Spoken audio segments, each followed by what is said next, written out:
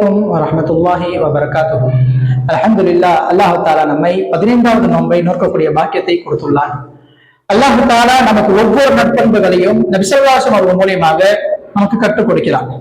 ஏனென்றால் நபி ஸல்லல்லாஹு அலைஹி வஸல்லம் அவர்கள் ஒரு நற்குணத்தின் பெட்டகம் என்று கூட சொல்லலாம். நபி ஸல்லல்லாஹு அலைஹி வஸல்லம் அவர்கள் நமக்கு தூய்மை என்ற விஷயத்தில் எக்கச்சக்கமான விஷயங்களை கற்றுக் கொடுத்திருக்கிறார்கள். அதில் ஒன்று பார்க்க சொன்னால் ஒரு ஹதீஸ்ல இருக்கிறது, அத்துஹூரு ஷத்ருல் ஈமான், சுத்தம் ஈமானின் பாதியாகும், ஒரு அங்கமாகும் என்பதாக நபி ஸல்லல்லாஹு அலைஹி வஸல்லம் அவர்கள் நமக்கு கற்றுக் கொடுத்துள்ளார்கள். நாம் சுத்தமாக இருக்க வேண்டும் என்பதற்காக எத்தனையோ விஷயங்களில் சுத்தத்தை கொண்டு வந்துள்ளார்கள். தொழுவக்கூடிய இடத்துல சுத்தம் தேவை, குர்ஆன் ஓதக்கூடிய இடத்துல சுத்தம் தேவை. என்ன சுத்தம்? ஒது செஞ்சாலே சுத்தமாயிடும். கை கழுவணும், கால் கழுவணும். அல்லாஹ் பார்க்க போறதுக்கு முன்னாடி கை கால் கழுவிட்டு அல்லாஹ்வுக்கு முன்னாடி போய் தக்பீர் கட்டணும், அல்லாஹ் அக்பர்னு. இந்த கற்றுக் கொடுத்தது ஸல்லல்லாஹு அலைஹி வஸல்லம் தான். ஒரு மனிதர் நபி ஸல்லல்லாஹு அலைஹி வஸல்லம் பள்ளிவாசல்ல உட்கார்ந்திருக்காங்க. அப்போ ஒரு மனிதர் வராரு. வரும்போது நபி ஸல்லல்லாஹு அலைஹி வஸல்லம் அந்த மனிதரை பார்த்து செய்தி செய்றாங்க, உங்க தலை கலைஞ்சிருக்கு, போய் தலையை வாரிட்டு வாங்க வெளியே போயிட்டு. அந்த மனிதர் போயிட்டு வெளியே போயிட்டு தலை வாரிட்டு வந்த அப்புறமா நபி ஸல்லல்லாஹு அலைஹி வஸல்லம் பார்த்தாங்க. நபி ஸல்லல்லாஹு அலைஹி வஸல்லம் பார்த்து ஒரு புன்னகை பிடிச்சாங்க, ஒரு சிறிய சிரிப்பை சிரிச்சாங்க, அழகாக இருக்கீங்க அப்படின்னு சொல்லி.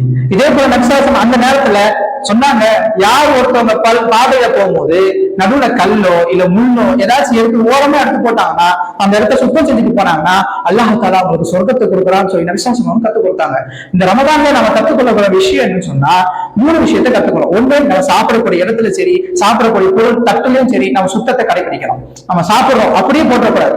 2வது, குப்பை நம்ம வீட்டுல ஏற்படும் சொன்னா அந்த குப்பை என்ன செய்யணும்? கொண்டு போய் குப்பை தட்டுல போடணும். அந்த ரோட்லயோ தெருவுலயோ வீட்டு பக்கத்துலயோ தூக்கி போட்டா யார் டிஸ்டர்பன்ஸ்? ஒரு முஸ்லீம் மற்றவங்க டிஸ்டர்பன்ஸ் ஏற்படுத்தக்கூடாது. அப்படி ஏற்படுத்தினா அவன் முஸ்லீமே கிடையாது.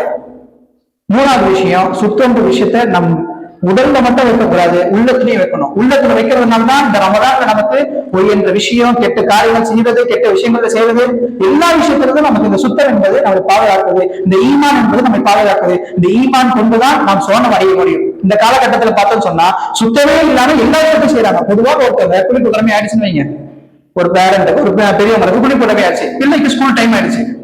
ஸ்கூல் டைம் ஆகும், ஒரு வண்டியில போறாங்க, ஆக்சிடென்ட் ஆயிடுச்சு. ஏன் ஆக்சிடென்ட் ஆச்சு? குளிப்பு கடமை இல்ல அப்படின்னு சொன்னா அந்த மனிதரை மலக்குமார்கள் சூழ்ந்து பாதுகாக்கிறாங்க. ஆனா இவர் குளிப்பு கடமை ஆனவன மலக்குமார்கள் சூழ மாட்டாங்க, மலக்குமார்கள் பாதுகாப்புக்கு இல்ல, எனவே ஆக்சிடென்ட் ஆச்சு. இந்த விஷயத்தை அறியாத மக்கள் எத்தனையோ பேர் இருக்காங்க. எனவே இந்த தூய்மை என்ற விஷயத்தை நம் கருத்தில் கொண்டு அல்லாஹ் தஆலா இந்த உள்ள தூய்மையுடன் நம்மை வாழச் செய்து ஈமான் என்ற நற்பாக்கியத்தை பெற்று நம் சோனம் நுழைக்கூடிய பாக்கியவர்களாக நம்ம அனைவரும் ஆக்கியாரும் புரிவானாக. ஆமீன். வாஹிரு தஅவானா அல்ஹம்துலில்லாஹி ரப்பில் ஆலமீன். அஸ்ஸலாமு அலைக்கும் வரஹ்மத்துல்லாஹி வபரகாத்துஹு.